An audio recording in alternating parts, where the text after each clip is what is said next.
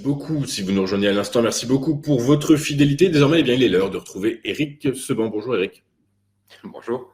Bonjour, merci d'être avec nous ce matin. Vous êtes trader, formateur et coach. Eric, porté par la microéconomie, le DAX est attendu en hausse. Il a probablement ouvert en hausse d'ailleurs, puisque, oui, effectivement, il est à plus 0,05%, 16 929 points, une hausse toute timide, mais une hausse quand même, portée par la microéconomie. On l'a vu, le CAC 40 frôle, le CAC 40, pardon, le DAX frôle ses plus hauts historiques. Du coup, par la force des choses, il devrait continuer à évoluer sur la limite haute de son canal.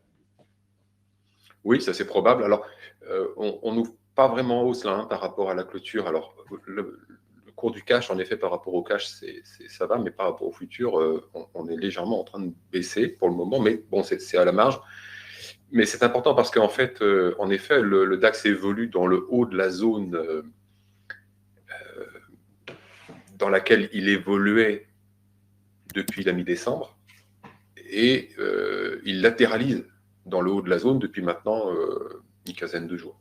Donc, la poursuite de la latéralisation un cran plus haut, qui était un scénario que je vous avais évoqué, est réalisée et se poursuit. Se poursuit parce que, en fait, mardi, on a essayé de sortir par le haut, des deux zones du coup, sans succès. Hier, on se repliait et ce matin, on n'a pas encore vraiment rebondi. Donc, pour l'instant, en tout cas, la probabilité d'aller chercher le bas de cette zone de 200 points, c'est 16 900, 17 100. Donc, c'est une toute petite zone de 200 points par rapport à cette large zone qu'on a depuis la mi-décembre. La probabilité d'aller chercher l'appui est assez forte. Donc, pour le moment, en tout cas, il n'y a pas du tout d'éléments qui puissent permettre d'envisager une reprise du directionnel, ni de nouvelles à attendre. Alors, peut-être effectivement une évolution du conflit israélo-palestinien, je ne sais pas. Mais en tout cas, pour l'instant, sur le plan des résultats, sur le plan des annonces de banque centrale, c'est le vide, c'est le désert, on n'a rien à attendre. Donc, l'idée que le marché n'avait pas ce qu'il fallait pour pouvoir évoluer à la hausse ou à la baisse en reprenant un directionnel, puisqu'il n'y a plus de directionnel depuis la mi-décembre, on a du directionnel sur quelques jours à l'intérieur de la zone, mais voilà, par rapport à la hausse qu'on a eue sur les 2 derniers mois de l'année dernière, il n'y a plus rien. Donc, pour l'instant, ça ne bouge pas, et ça ne bouge pas parce qu'en fait, personne n'est obligé de bouger. Personne n'est obligé d'agir sous la contrainte en ce moment, et puis non plus sur la conviction, puisqu'il n'y a absolument aucune visibilité pour mettre en place des scénarios de moyen-long terme, avec des scénarios suffisamment probables, en tout cas, pour envisager de commencer à investir ou à additionner sur des positions existantes. Donc, c'est comme je vous le disais la semaine dernière, le marché il bouge soit sur la contrainte, soit sur la conviction. Et pour l'instant, on n'a ni l'un ni l'autre. Donc, c'est normal qu'il ne bouge pas. Et c'est assez compliqué parce que sur quelques jours, à partir de contrats futurs, vous ne pouvez pas établir des scénarios avec une bonne probabilité de réussite. Sur les options, avec une volatilité implicite à 11, échéance mars sur le DAX, vous n'avez pas non plus des scénarios qui présentent un gros intérêt économique. C'est-à-dire que la vente d'options ne rapporte pas assez, en plus qu'elle est relativement risquée, parce qu'on est tout en haut, dans une zone relativement incertaine. On a essayé de sortir par le haut, mais on sait on peut supposer avec une bonne probabilité de ne pas se tromper qu'un relais haussier fort, il faut l'exclure. D'où viendrait-il ?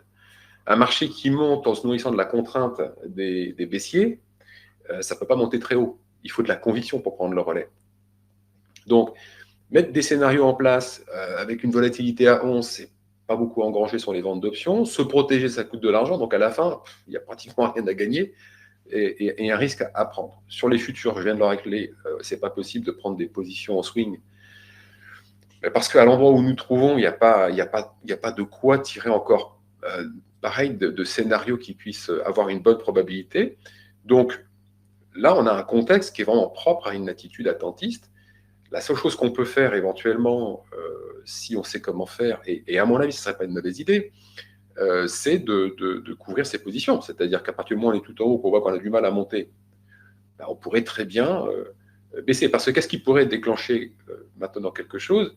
C'est essentiellement une annonce ou une statistique qui soit, comme je vous le disais déjà les semaines précédentes, qui soit vraiment divergente avec le consensus. Donc là, on pourrait effectivement avoir des réactions un peu rapides, pas forcément longues. Hein. Je précise toujours que les gérants restent protégés. Donc contre une baisse, on ne sait pas jusqu'à combien, mais relativement importante, ils ne vont pas bouger. Il ne faut pas envisager un relais baissier. Donc, mais une baisse ponctuelle, ça peut arriver. Et le problème, c'est quand on est des particuliers et qu'on est investi en actions, qu'on a plutôt des bonnes plus-values en ce moment parce qu'on a pris le chemin de la hausse, par exemple, je sais pas, au deuxième semestre, qu'on a tenu ses positions. C'est difficile de savoir quoi faire à l'instant T parce qu'on est sur le plus haut, donc forcément, on se pose plein de questions. Est-ce que ça peut baisser? Bah oui, ça peut baisser. Ça peut baisser, comme je disais, sur la base d'une nouvelle, et ça peut baisser vite. Donc, comment est-ce que l'on va? Parce que sur les marchés, il faut toujours se projeter à l'instant d'après, sinon on ne peut pas établir de scénario, et donc on ne peut pas prévoir de plan d'action. Donc, comment je vais me retrouver si ça baisse vite? Avec quelles questions dans la tête? Avec quelle possibilité d'agir? Est-ce que je vais agir sous la contrainte? Est-ce que j'aurais déjà prévu les choses?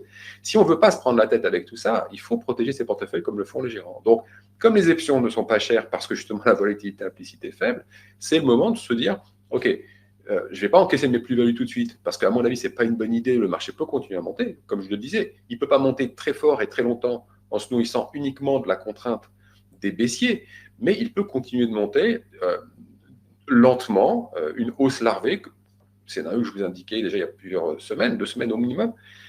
Donc, garder ces positions pour un cran plus haut, sans être pressé, bien sûr, c'est probablement la meilleure attitude à adopter, mais en protégeant ses portefeuilles à base de put, de manière à ce que, justement, si on a un trou d'air rapide sur une news, encore une fois, je ne pense pas qu'il y aura un relais, à moins que ce soit une news très profonde qui puisse laisser envisager qu'on aura un bouleversement à moyen terme. Mais si c'est quelque chose de très ponctuel, ben, au moins, vous avez un amortisseur, vous avez une assurance et vous êtes tranquille. Vous pouvez dormir tranquille, vous pouvez garder votre position pour plus tard parce qu'on l'a bien vu jusqu'à présent. À chaque fois qu'on est descendu, on est remonté. Mais attention, ça ne veut pas dire que ça va se reproduire à chaque fois. Et moi, je pense que tout le monde doit intégrer ça, pas penser que voilà, les arbres vont monter jusqu'au ciel, qui vont prendre leur temps, mais qui vont monter jusqu'au ciel. Non, ça ne va pas se passer comme ça. Les marchés sont construits pour bouger. Je vous le rappelais la semaine dernière, c'est 2/3 des échanges sont à base de produits dérivés chaque jour.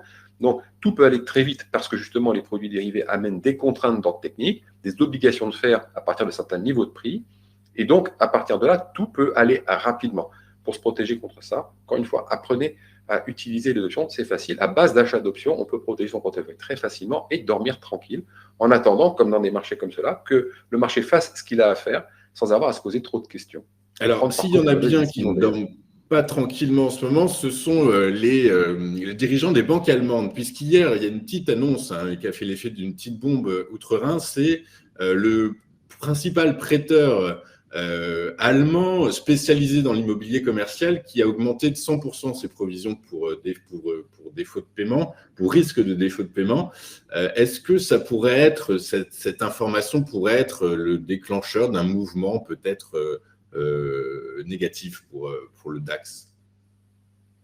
Franchement, je ne sais pas, parce que, bon, déjà, je ne suis pas un spécialiste de l'analyse financière, surtout macro. Moi, je suis vraiment dans les graphiques, donc faire des prospectives par rapport à ça, ce n'est pas un exercice dans lequel je suis bon. Moi, je regarde ce qui se constate. Je constate les choses dans le graphique et ensuite, j'agis par rapport à des plans. Maintenant, pour répondre à votre question, ça va dépendre des implications que ça va avoir par ricochet. Est-ce que ensuite ça peut provoquer un mouvement de panique? Non, ça je pense pas. On a déjà vu le cas avec Evergrande en Chine l'année dernière. C'est un marronnier ce truc-là. Est-ce que les marchés paniquent par rapport à ça? Non, je pense pas. Je ne pense pas. Mais là, pour le coup, mon avis, il compte peu. Non, mais c'est intéressant de toute façon. Alors, c'est tombé hier, la banque en question. Alors, je suis désolé, mon allemand est quasiment inexistant. C'est la Deutsche Pfandbriefbank qui a perdu 6% hier et qui perd 25% depuis 6 mois. Du coup, à force des choses, c'est probablement déjà intégré dans l'esprit des investisseurs outre-Rhin. Oui, et puis bon, vous m'auriez dit la Deutsche Bank, ça aurait été peut-être un peu plus sérieux, je pense. Même si vous me dites que c'est le premier prêteur, la Deutsche Bank a un gros département real estate depuis de nombreuses années. Hein. Donc, si on entend parler de la Deutsche Bank avec le même type de prévisions négatives et d'augmentation des provisions, là, on pourrait en effet se poser des questions. Mais bon, sur un secteur qui reste l'immobilier, on sait bien que l'immobilier souffre en ce moment. Hein. En France, en tout cas, c'est le cas. Il va falloir des mesures assez fortes pour éviter que ça plonge plus que ça. Est-ce que ça Est-ce qu'il y a une répercussion en Allemagne? Ça, je ne sais pas. Quelle répercussion au niveau européen? Je ne pense pas quand même.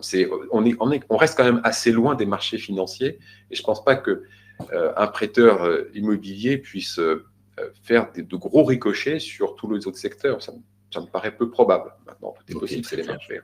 Ok, écoutez, merci Éric Seban, merci d'avoir été avec nous ce matin, comme tous les jeudis, pour décortiquer la hausse larvée du DAX.